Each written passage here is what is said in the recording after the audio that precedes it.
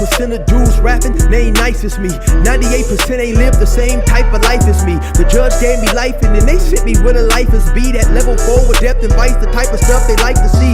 Two choices, fight or flee. I refuse to die a chump. I never been a mark, but damn, it's scary when that riot jump. I seen dudes cry, get pumped, and some sexually brutalized. Knew a dude who lost his life and he was only doing 5 year-long racial fights when homie all you do is ride. Lonely days and nights up in a hole causing suicide. From the moment you arrive, you see the Mexican mafia, AB skinheads with big giant swastikas, pro-black philosophers, the BGF, the Kumi, and Muslims who will murk you from the nation to the Sunni. That MS was loony, quick to ride up on they rival. Even Christians went to church, hide knives up in they Bible. Political and tribal, the Crips and Damus, the Long Beach, the Hubs and the Dubs and the Grooves, the IE, the Bakersfield, the Dago Pyrus, the Hustlers quick to roll, the gangsters don't move. Whatever click you choose, you better Say what's cracking, YouTube?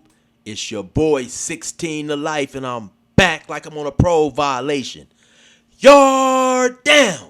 For those of y'all that's new to my page, in 1994, I got arrested. I was eventually sentenced to 16 years plus life, and I served 24 years straight in the California prison system. Yeah, that's me gassing on that intro. And if you want to get that song, hit me up on my email, 16tolifemusic@gmail.com, and I will give you the information on how to get it. Now, let's get right into this video, man. So, as of late, we got a lot going on surrounding the former hood of Brother Tony, who used to go by the name of Cartoon 5 Trey, and another brother from the same section who goes by the name of Avalon Blue. So we all should be aware of the situation that went on. A Southsider and Avalon Blue's homeboy got into it, his younger homeboy, and Avalon Blue's younger homeboy used a disrespectful term in relation to the Southsiders after the Mexican dude used a disrespectful term in relation to the black race, and Avalon Blue still felt his homeboy was wrong and made him apologize. And not only did he make him apologize, he basically indicated on camera that, hey man, you got a physical discipline coming for speaking or using words that are not in a line with the policy of the Avalon Gangster Crips, because they share a territory in a neighborhood and a community with a Hispanic gang, right? And so when news of all this gets to Brother Tony, who at some point in time used to have an affiliation to this gang, but at some point in time he said, hey, I'm a Christian, you know, I'm serving God, I'm no longer affiliated with that community. When news of this information got to him, he made a video discussing his displeasure in the way things went, right? And so let me just show you a little bit of what he said. First off, as y'all know, I don't gangbang, but when I did, that used to be my community. That used to be my section. Stuff like this that just happened with this apology on national TV, this is how you know that I no longer gangbang from that turf. This is how you know that I no longer have any type of influence on what them dudes do. Because I can tell you straight up, if I would have had any influence, if I would have still been a part of that community, if I would have still had any type of influence, there would not have been an apology on national TV like that for the world to see, for the internet to see. That would not have happened. Period. Period. Period. That would not have happened. Would there have been an apology? Would there have been an apology issue? Yes, it would. But now it would have been an issue only to two entities. And one, to the Hispanics that gangbang from Avalon, and to the East Side Playboy community that they shared turf with. Because for years, them and the East Side Playboys have been like this. They've rocked out hand in hand. You know what I'm saying? Ain't been no problems. Ain't been no strife. It ain't been nothing. So, of course, it would have been an apology to them. But that would have even been behind the scenes. It would not have been for the world to see. No. They would have took the homie. They'd have met up with the Playboys, and they'd have straightened that issue out, and that would have been that. You know what I'm saying? Now, whatever other disciplinary actions they would have took toward Tone, that would have been that. But as far as an apology to all The Serenos on TV? Not on my watch, buddy. That would not have happened. And the reason why, it's been too much disrespect that comes from those people toward my people. You know? And me personally, I don't push drama. I don't push war, none of that type stuff. But I'm gonna call a ball and strike a strike. I'm gonna meet you on your level. I'm gonna give you the same energy you give me. All the way around the table. And so therefore, that's how you know I don't have no say-so in what they do. I don't have no say-so in their politics. Did I get a lot of phone calls? Yes, I did. I received a whole lot of phone calls. I did from people from Fire Trade, from Avalon, all over. Tune, what you think about this? Tune, what you think about that? Hey, Tune, what about the, I'm going to still get them type phone calls because I still got a lot of loved ones over there. Like I say, at the end of the day, I could give my opinion behind the scenes on the phone. I could give my opinion on stuff, but at the end of the day, my opinion don't count. My opinion don't matter in their politics. My opinion does not matter in what they gonna do or what they gonna say. I have no say so in it. Now, can I talk about what they do? Yeah, on the internet, just like everybody else talk about what they see. Once you put it on the internet, like they just put on the internet, it can be talked about by me and everybody else. Or if I get phone calls from certain people to ask me to speak on something, I will. But yeah, the same way I speak on what the main streets do, the Hoovers do, the gangsters do, what all these other sets do, I can speak on what Avalon do. You know what I'm saying? I'm a YouTuber. Especially when you put it on the internet for the world to see. I can give my opinion on what I feel about it. And my opinion on what I just seen, straight boo-boo. Straight garbage. I went to like Damian Porter's channel. He spoke on it. And I look at the comments. 80% of the comments are all bad toward Fire Trey Avalon. Calling them weak, calling them scary, calling them sorry. They all bad toward Blue. Calling him all type of clownish names.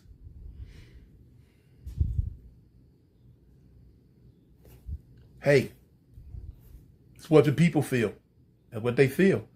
Because they looking at the fact that, okay, you can get on here and apologize to a whole nother race and group of people, but you can't make it right with another black gang that's right down the street from you. And then when news of his video got to Avalon Blue, and Avalon Blue is an elder from the community and an individual who it appears has influence over that community. When news of Cartoon's video got to, or excuse me, Brother Tony, got to Blue, this is what Blue happened to say. Y'all know I'm off the chain, right? Don't play with me, Dan. Big Tony. Stay at church, big homie. That's it. Go to Bible study. Go to Sunday school.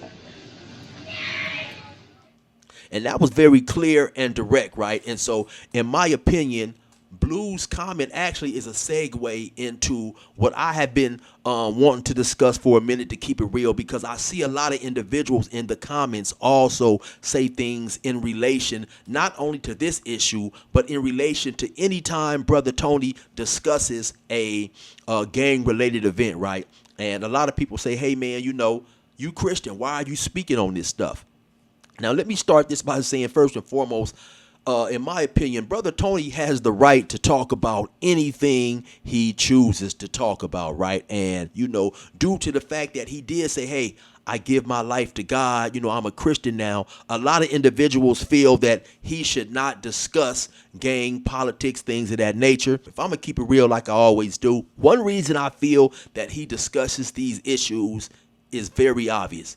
He's a YouTuber. He's a YouTuber in a space where sometimes some of these issues are trending topics. This is why he discusses, in my opinion, I haven't talked to him and I don't know why, but some of these topics he discusses because they are trending topics right now. In my opinion, the situation, of course, in relation to what went on with a Tone from Avalon and and Avalon Blue, those are situations that are more near to his heart, because even though, right, you may denounce a gang, you may denounce being a gang member, I've always said this stuff is bigger than gang related, right? This is family. When you grow up from a very young boy, very young man, and you know many individuals in this community, you know their mothers, their fathers, cousins, sisters, uncles, you know, you may see a dude that's out there gang banging now, and you used to gang bang with his father. You are going to have a certain type of connection to that individual, whether you choose to do something else in your life or not, right? And so, in my opinion,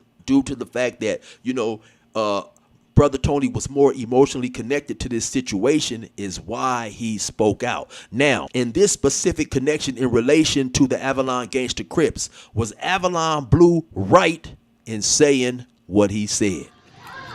Big Tony, stay in church, big homie.